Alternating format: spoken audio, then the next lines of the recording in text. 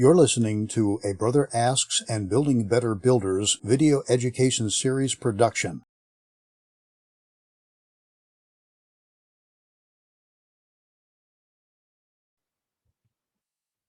Okay, welcome to a Brother Asks and Building Better Builders Uncommon Masonic Education video presentation. This specific workshop material has been conveyed, for about the last 10, 11, 12 years. It represents about 60 minutes of a typical 6 to 7 hour Building Better Builders workshop that I do around the country. And it conveys light to the frontline workers, the mentors, trainers, coaches, and instructors that are on the front line, assisting the next generation toward betterment. This specific presentation comes from the book, The Craft Unmasked, The Uncommon Origin of Freemasonry and Its Practice, focusing on the origin and practices. It is a short presentation reviewing some of the questions and findings that were published within the book. It does cover some important information on the background and the analysis of the craft practice, along with when and where it actually originated. And finally, we're going to summarize with how we can actually maximize it for the benefit of the craft. I will warn you, the presentation is delightfully disturbing. It is ultimately unsettling, and it is extremely view-changing, but I caution you in an awesome way only. My recommendation is, should you not want to know the truth and you can't handle it, now's your chance to leave, because your security blanket's going to be ripped from you. I will apologize. The view that I'm about to share of Freemasonry is irrevocably changeable, and I'm hoping that you'll be enjoying the show. So keep this within your chest, brothers, as we rip the veil from the hands that think it is a security blanket. Welcome to A Craft Unmasked. I have shown this particular screen before. I'm going to welcome you to the Freemasonic cave. And if you look at the shadows cast upon the wall, you'll notice that you might actually conclude that the image is actually a cylinder causing these shadows. However, if you saw another shadow being projected by a third view, what would be the conclusions that you would come to about the shape that was being blocking the lights that are being shown on the three different walls? If you come to this particular conclusion, you would come to the same conclusion that I come to. However, would your assumption be correct? Would there be yet another light to share, another direction, another perspective to review on? Each and every shape that is projected shadow-wise on the wall is a researcher's perspective. And this is what it is that I'm sharing with you today, is a researcher's perspective, not an interpretation, just a particular view that I'm now sharing with you. The problems that are faced in doing research in Freemasonry is basically working your way around the inbreeding and the tunnel vision that a lot of the literature offers. In order to mitigate this, you've got to go to outside contributing sources in order for you to get a better view. And this is what it is that I'm going to be doing here today, is I'm going to be sharing some outside literature and reflecting it back upon the craft. There's about a dozen theories out there having to do with the origins of Freemasonry, everything from the Knights Templar to Crusades, Temple of Solomon, the Roman College of Artificers, even to the Pretender and the restoration of the House of Stuart. Lots of theories abound, and I'm going to add my contribution to that with the 13th theory. And what I'm going to do is make sure that I do not provide any fiction, conjecture, or flights of fancy when I do it. I'm just going to present some facts, evidence, and observable operations that I think you'll all look like it's kind of familiar to you as I share it, hopefully. So this all kind of started with me coming across the word Cowan as I was provided by the craft. I was told that a Cowan is actually a pretender to the craft, one that wants the secrets, one that's going to pretend to be a craft member to get into the lodge to find out what it is that we're doing in there and what have you. However, history doesn't say this. That's all lore. And the difference between history and lore is that history is based on documented evidence that has been handed down over generations and basically has been accepted as truth, as opposed to lore, which is fanciful flights of fancy.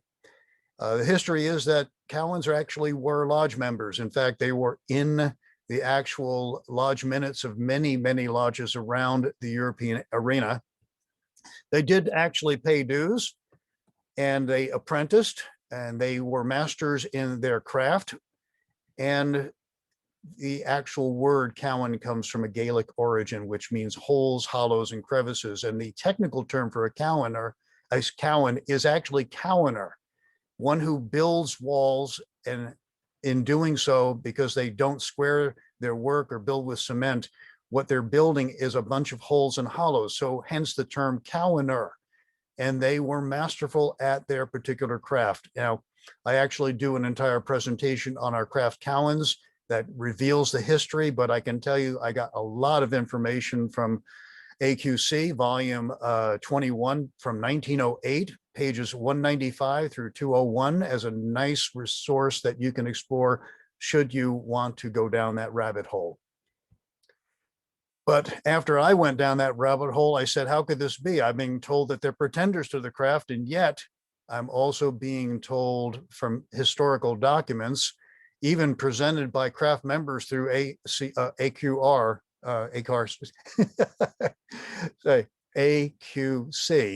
and their volume 21, that it's not what the lore is that we're being told as craft members.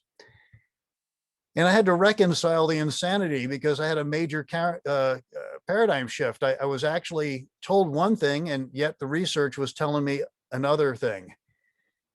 And I started asking myself, okay, well, if that's just one thing that I'm being told, how many other things do I think I really know that really aren't true as far as history comes to play? So I had a mission. And the mission basically started out with, all right, let's start examining the craft. Now, as was mentioned in the open introduction, I am a business coach.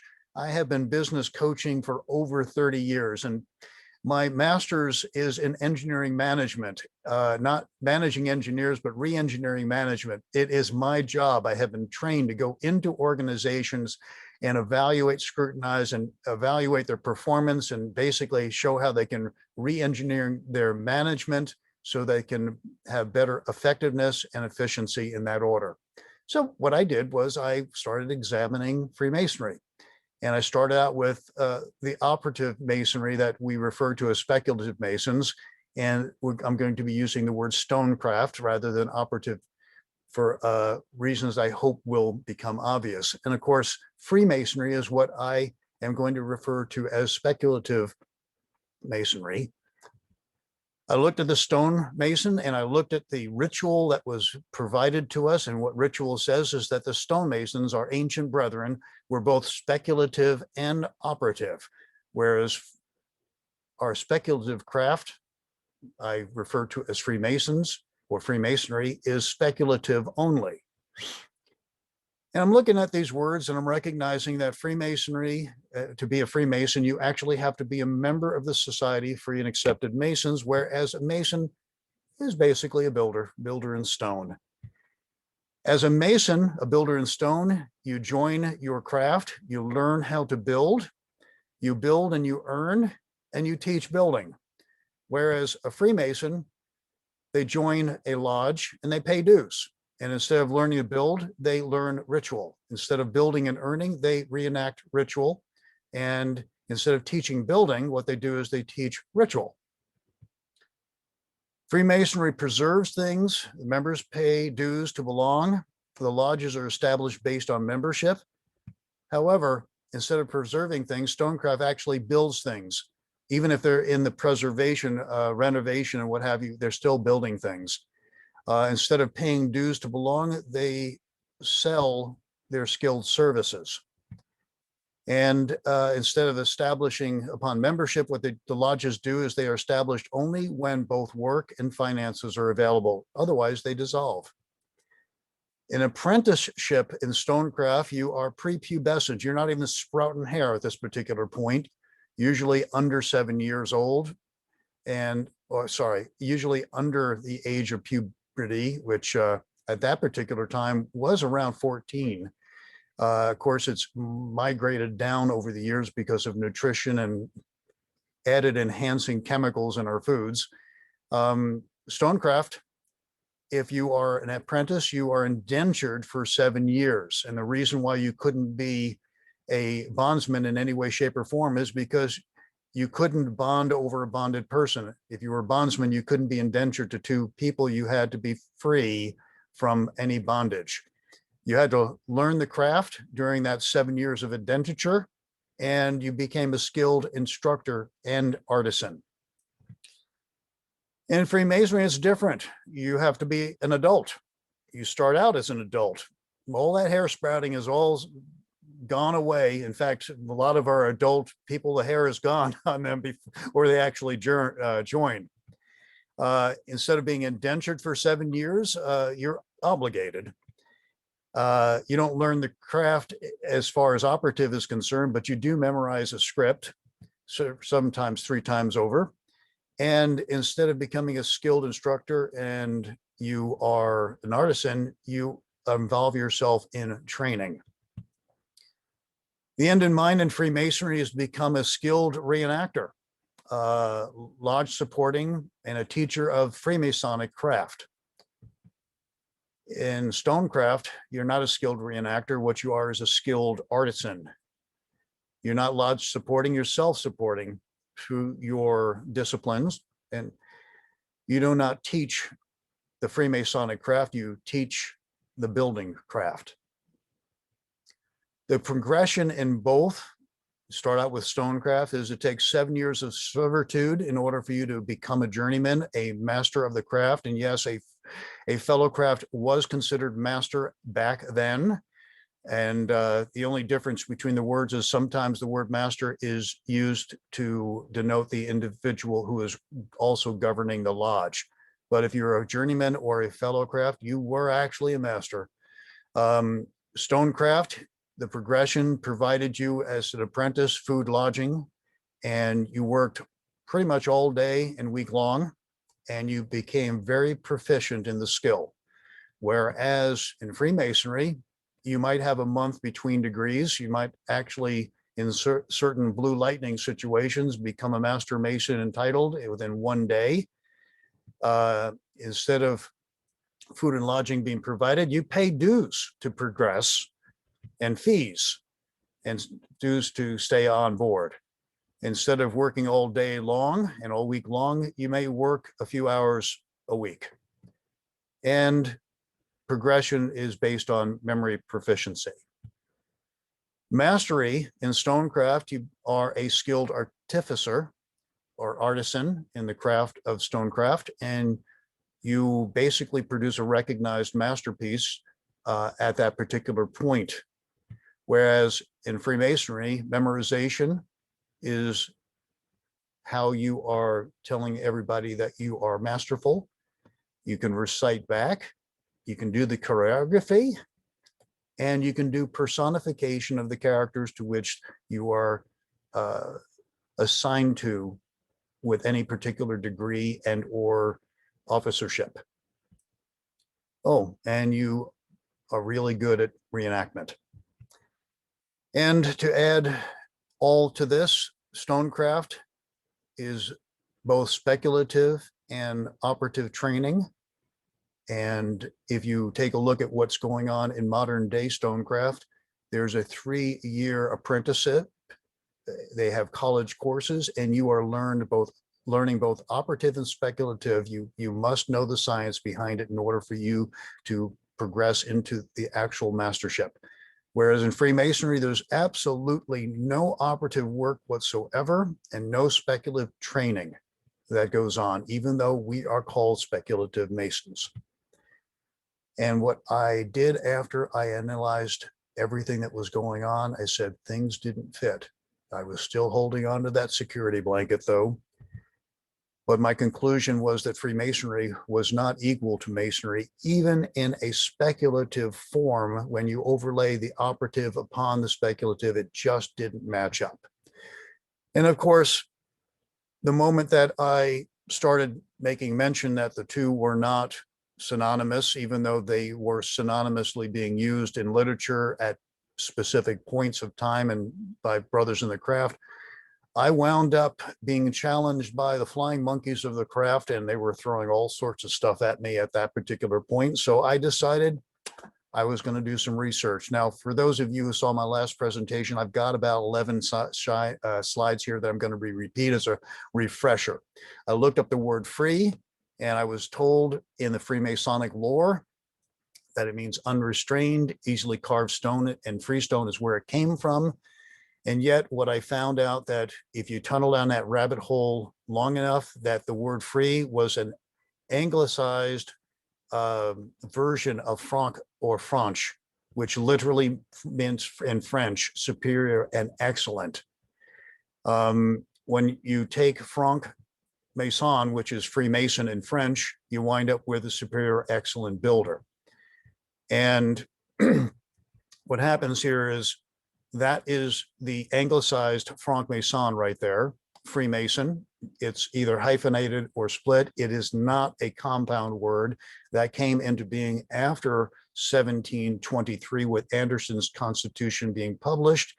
He used the term free and accepted Masons, and popular referrals from that particular point on brought it together as a compound word, but it doesn't mean free space Mason.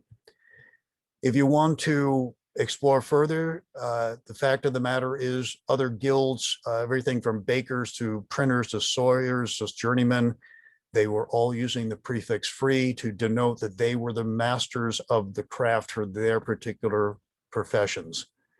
They all indicate by the use of the word free, franc or franche, a superior excellent craftsman or tradesman. Now, interestingly enough, I came across a guy out of Quebec who knew the French language inside and out, and he was utterly in denial. And then I said, well, all you have to do is go look up the word in Google, frankincense, and you'll have a direct reference to a living fossil. Frankincense literally means superior or high quality, excellent incense. And it's an obsolete term that is no longer used in dictionaries and what have you. Well, the moment that I showed this guy in Canada the direct reference to the word franc, franche, or French having to do with being superior and excellent, which he said it's impossible, it's not in any French dictionary whatsoever, I showed him this Google, and he blocked me. He didn't want to talk with me from that particular point on. I found it mildly amusing and kind of rewarding that an individual who came across extremely knowledgeable shut himself down the moment I pointed out to him that hidden in plain sight, the word frankincense refers back to the exact same thing. And at that particular point, I started looking up freeborn. Has nothing to do with not being born a slave. It has to do with a reference to being able to birth, which basically means superior, excellent birth stock. Accepted, which basically means joined, entered, initiated, or made a member of the society. Admitted means joined a lodge. And this comes straight from Brother Mackey. And when we superimpose all this research on the term free and accepted, we come to find that it means superior or newly made or joined or master and apprentice, not operative and speculative. And in all my searches, I came across this word mastery. And mastery literally means service, occupation, office, ministry. Basically, it's your occupation. And it was interchangeably in the 14th century with the word mystery. And if somebody actually asked you what your mystery was, they were asking you what you did for a living. What was your occupation? And if you learned a mystery, you basically learned an occupation or trade. Nothing woo-ha or mysterious. It was basically, this is your profession. And if you learn a mystery, you're learning a profession. Now, here's the interesting footnote that got me into writing The Craft Unmasked. In a footnote under the word mastery was, now the words mastery and mystery are connected only in the term mystery play, in reference to the medieval performances which often were staged by members of craft guilds. And I said, holy crow, they're actually referring back to a connection between mastery and mystery through these medieval plays called mystery plays. And they were, mystery play literally translates to occupation or trade plays that were put on by the professions at the particular time. And the guilds put these things on overtly, well, because they were providing moral lessons to the illiterate, ignorant masses, and because basically the church had pulled back on the reins because they had gotten so out of hand, they no longer sponsored them. So the occupational guilds, they effectively stepped up to the plate and said, hey, you know, we could provide those moral lessons, but if you really understand the covert reasons, they provided an excellent medium for marketing opportunities for the guild skills and wares. Literally, it was their way of having sponsored plays where they were advertising. Some progression. Around 925, the Catholic Church had about maybe 400 to 500 years of condemning plays because they didn't like the fact that the Roman Empire had collapsed and the immorality that occurred with those plays. Effectively, about 925, they started putting miracle plays together because they wanted a way of educating what they call the ignorant masses. And by 1200, the mystery plays started in form because by that time you had maybe 200 to 300 years of church sponsorship where they finally gave it up and said, we're not going to do this anymore. We don't like the way this is going. So the occupational guilds started in, and they started sponsoring about 1200 CE. And then around 1400, they went from mystery plays, the occupational guilds putting them on, to morality plays, otherwise known as morality or moralities. And they focused on a tremendous amount of allegory at that particular time. And around 1600, just around Shakespeare, and they started calling these things manner plays, where they were just basically no longer talking about allegories and moralities. These were everyday situational things, which obviously Shakespeare did a lot of history and rendering of humanity rather than the allegories that preceded him and his plays. The moralities objectives: to immerse the crowd, to alter the reality of the crowd momentarily, to embrace specific realities that they conveyed, to direct attention of the crowd toward specific things, to impact them in a positive, motivational way, and to obligate whoever was either in the play or observing the play. These were the objectives of these plays, the allegorical plays put on. The work that was required to put these plays on required memorization, reciting back, choreography, personification of specific allegorical elements, such as wisdom, strength, beauty, truth, and a whole bunch of other things, and required reenactment.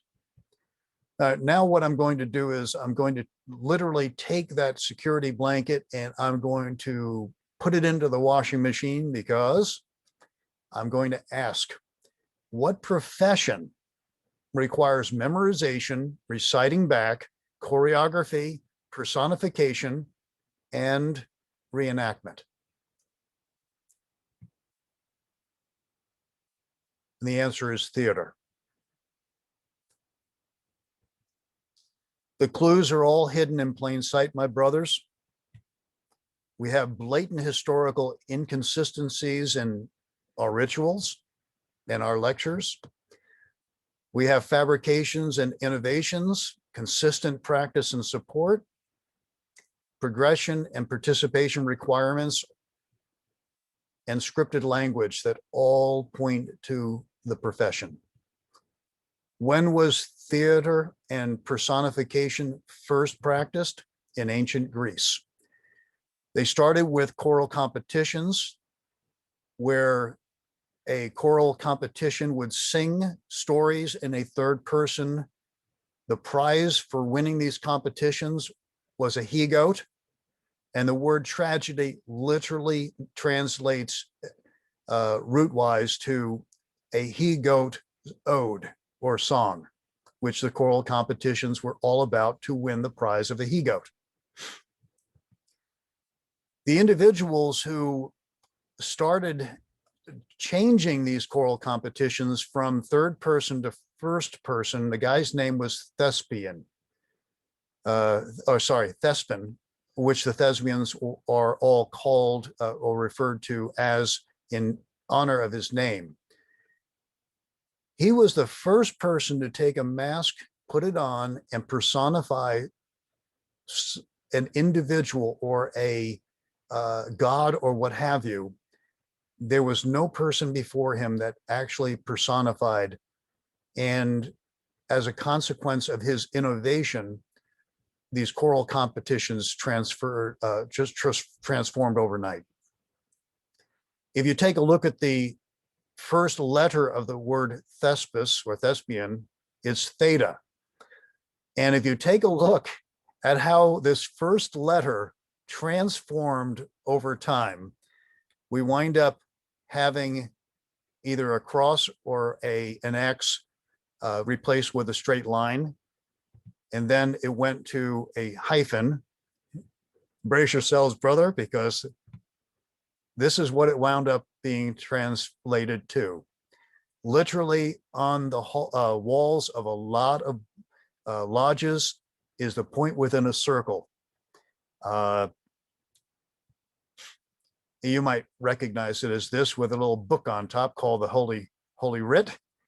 And it actually represents obligation.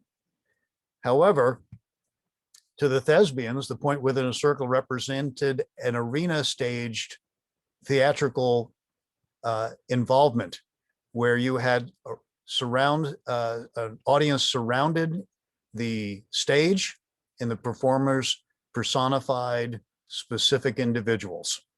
Of course, you literally are the point within a circle as denoted by one of your degrees. I'll let you guess which one. And you are required to learn some scripts.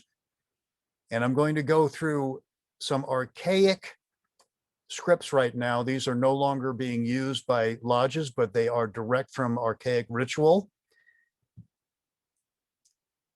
The first entered apprentice degree of Masonry is intended symbolically to represent the entrance of a man into the world. And here's the kicker, hidden in plain sight, in which he is afterwards to become a living and thinking actor. Here's another script. You are not to compel any brother to act contrary to his inclination, but at all times support with proprietary the dignity of your character. Your past behavior and regular deportment in your new character, you will conform, steadily preserving in the practice of every commendable virtue. In the character of a master mason, and it goes on, and oh, here's one more. Your virtue, honor, and reputation are concerned in supporting with dignity the character you now bear. But be true and faithful and imitate the example of that celebrated artist whom you this evening represent. When I started putting the pieces together, I was in shock. I recognized it was hidden in plain sight, literally in these archaic scripts used in rituals prior to our current day. Some of them current day might echo this, but the fact of the matter is it all points toward theater. And this one grabbed my attention. I loved this phrase. I have torn it to pieces. And one of the things that I discovered is there's two words that stand out in support of unmasking this craft that we participate in. The word peculiar, and the word morality. Peculiar basically means not odd, but an obsolete definition literally means a privately owned.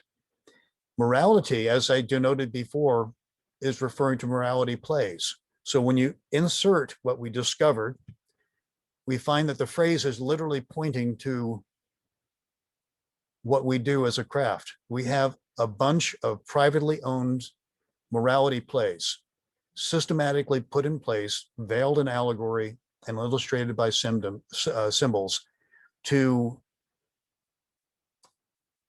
assure that the moral principles that we as a craft support are well conveyed.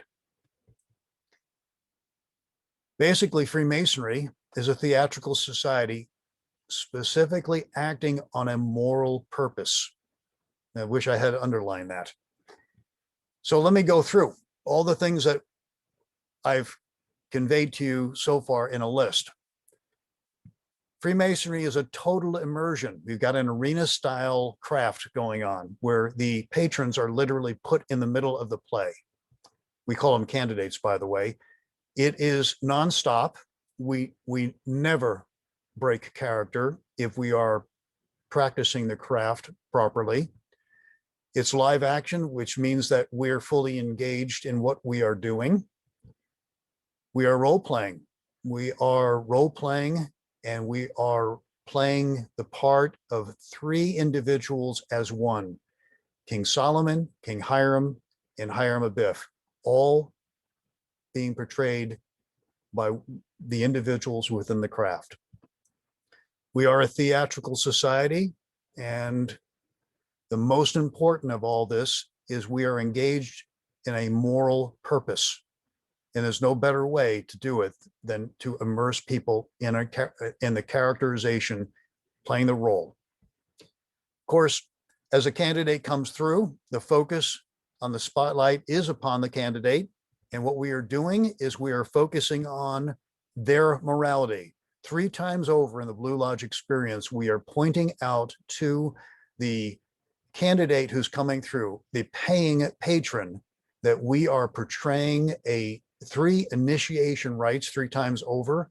We are focusing on his morality and where he can improve his morality by listening to the performance and taking it in, and in some jurisdictions actually memorizing the entire thing so that they have a script to follow, so they can actually embrace the role themselves and perform more morally. The roadmap, the evolution from Stonecraft to theatercraft.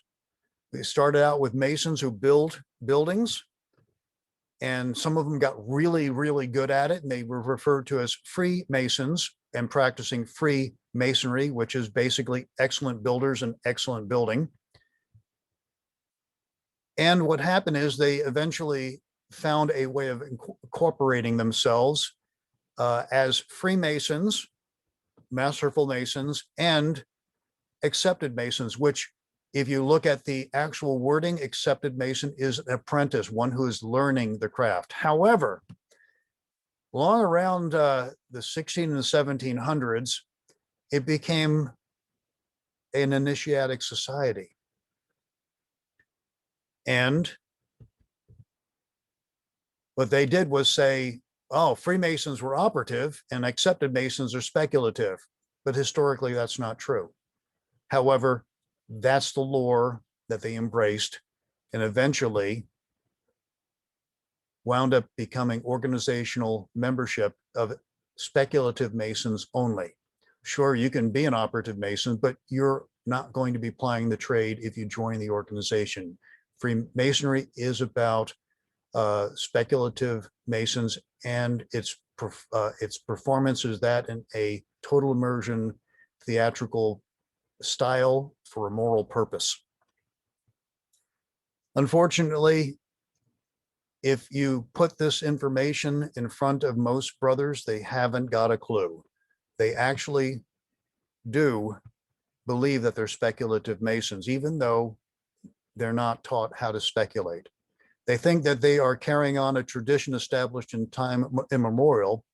On one hand, this entire organization was established as a theatrical society in and around the 1700s with the creation of the first premier Grand Lodge. However, they are practicing a tradition of theater that was established in Greece with Thespis's performance as the kickoff. The reality is,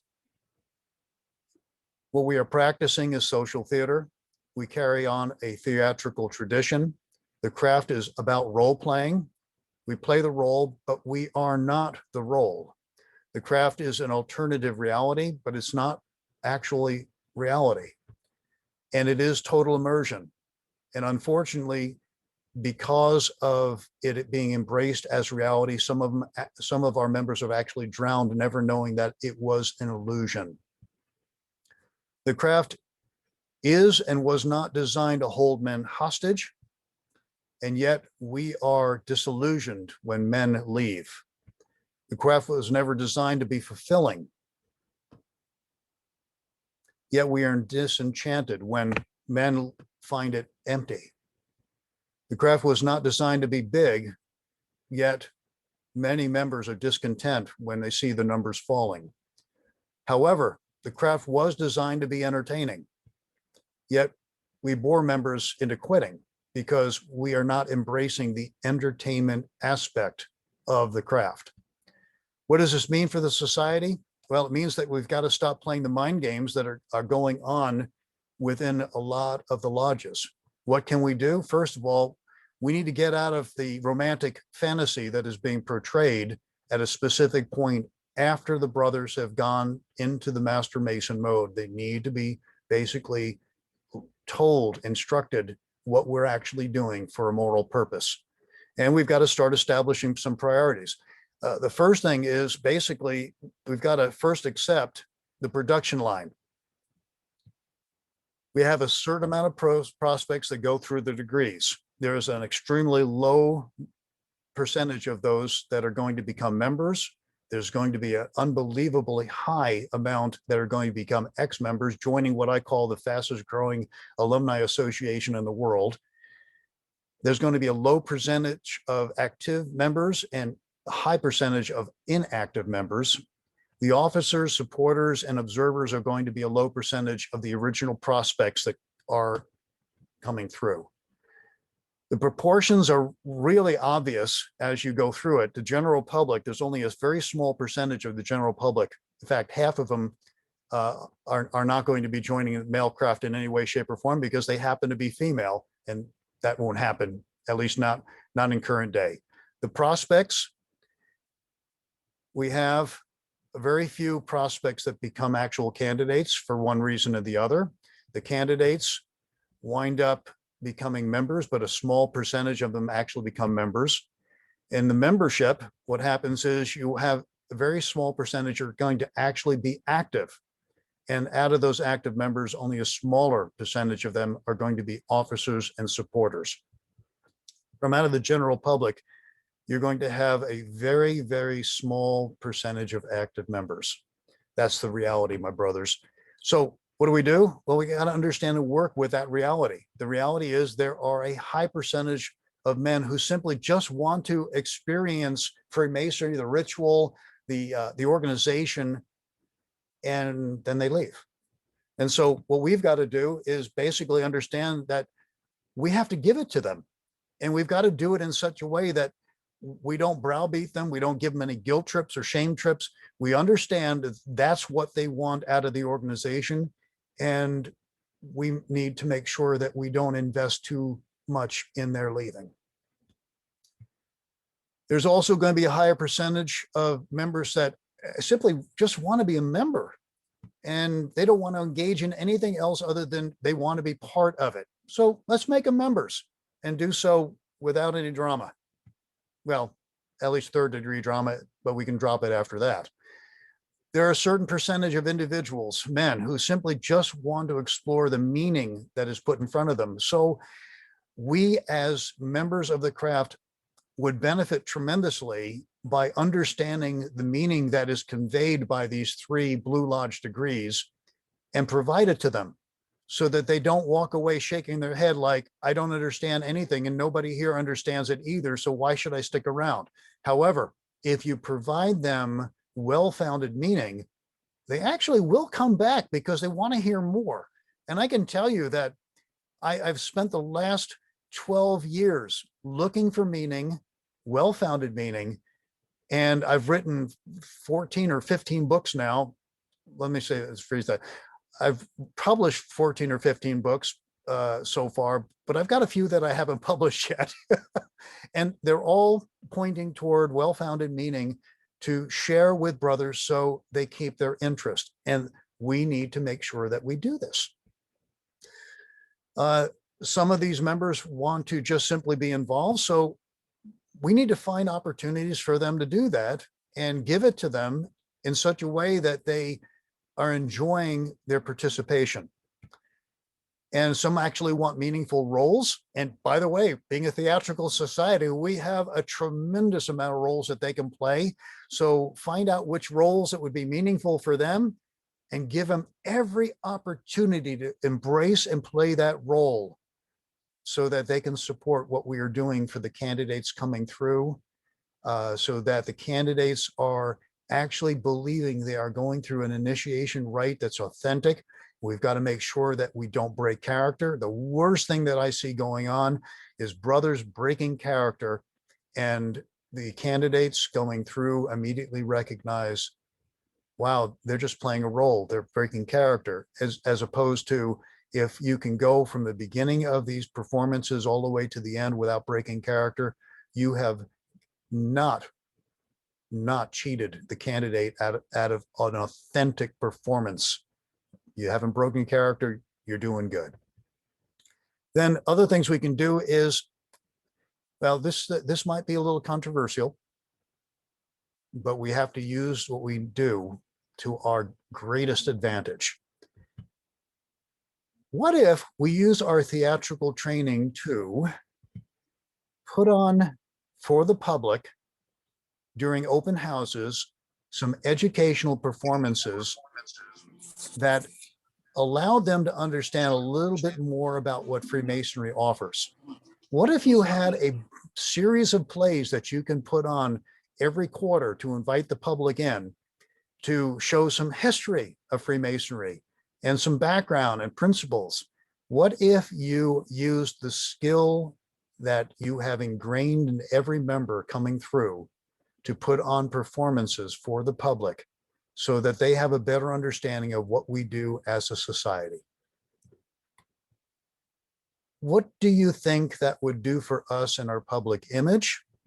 And how do you think that would impact our lodges, getting them involved in putting together performances for people coming into an open house and being entertained, and giving, and that entertainment being infotainment, providing information to individuals who come in so that they can have a much better understanding through the performance and educating them?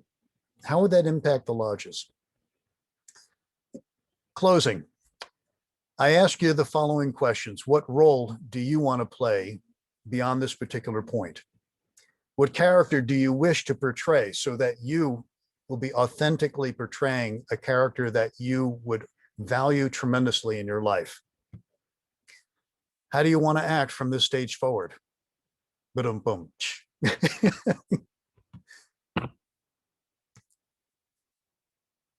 We have to learn to work with what we have, brothers. We have to use it to our advantage and the advantage of everybody involved, including people outside the lodge and the public. We have to make sure we don't leave anyone hanging. We have to get real. Am I asking you to accept the reality that I put in front of you? Absolutely not. I'm not asking you to accept the reality. I'm asking you to embrace it. And as a result of my putting this huge request in front of you, I'm going to remind you that King Solomon represents wisdom within the theatrical triad that is put forth in the third degree. And from an actor's point of view, this means that you have to be a certain way. And if you're going to embrace King Solomon, it basically tells you who you as an actor must be, why you have to be a certain way, where you have to be doing your performance, and last but not least, when you have to be who you have to be. And of course, the society rules that we belong to, the traditions, the obligations, and the etiquette will dictate and regulate all of what I just shared so that you have authenticity behind your act. If you're going to be part of the third degree, what it represents, you have to also embrace King Hiram. He represents the strength, which is another word for resource. You have to be a resourceful individual. And from an actor's standpoint, tells you what you must be. This means what you have to say and do, guided by the script that you're handed through the three degrees, and provided to you by our society. And of course, one of the more overt ones that you're asked to represent is Hiram Abiff, who represents beauty or cunning craftsmanship. And this is where you take your wisdom and your strength and you apply it in crafty ways. And that's exactly how you have to be as the person that you embrace and the characterization that you're asked to perform. And that basically tells you how you have to render your work as it's provided to you by the society. When all three of the qualities are internalized and are present in you as a Mason, and all three are in agreement with each other, you're likely to put on a masterful performance, literally becoming the word, the master's word. If you want to put the veil back on after this, I'm going to hand it back to you. It's a nice security blanket. I'm hoping you decide to leave well enough alone and not put it back over, go back into what you used to know and embrace what it is that was put before you. I'm going to be closing down the presentation at this particular point. I'm going to ask you what your takeaway is, what you might be considering doing differently into the future as you're interacting with other characters within the craft, and how do you think that this actually will impact yourself and others. I'll also entertain any questions during the Q&A, any thoughts that you might have. Once again, this is based on the book, The Craft Unmasked, The Uncommon Origin of Freemasonry and Its Practice. It comes along with a series of other books if interested. This is called the Building Series, and I think there's about 14 or 15 books. I've lost count. At this particular point, I will say this has been a Brother Asked and Building Better Builders Uncommon Masonic Education presentation. I'm John S. Nagy. You can find me on Facebook, MeWe, Wimkin, Parlor, Codius, and Coach.net. You can find my writings building on my blog, buildinghiram.blogspot.com, and also find me in about 50 or 60 videos on my YouTube channel, John S. Nagy. With that being said, I'm going to go ahead and thank you once again and entertain those questions. This is John Nagy signing off, closing the curtain and taking my bow.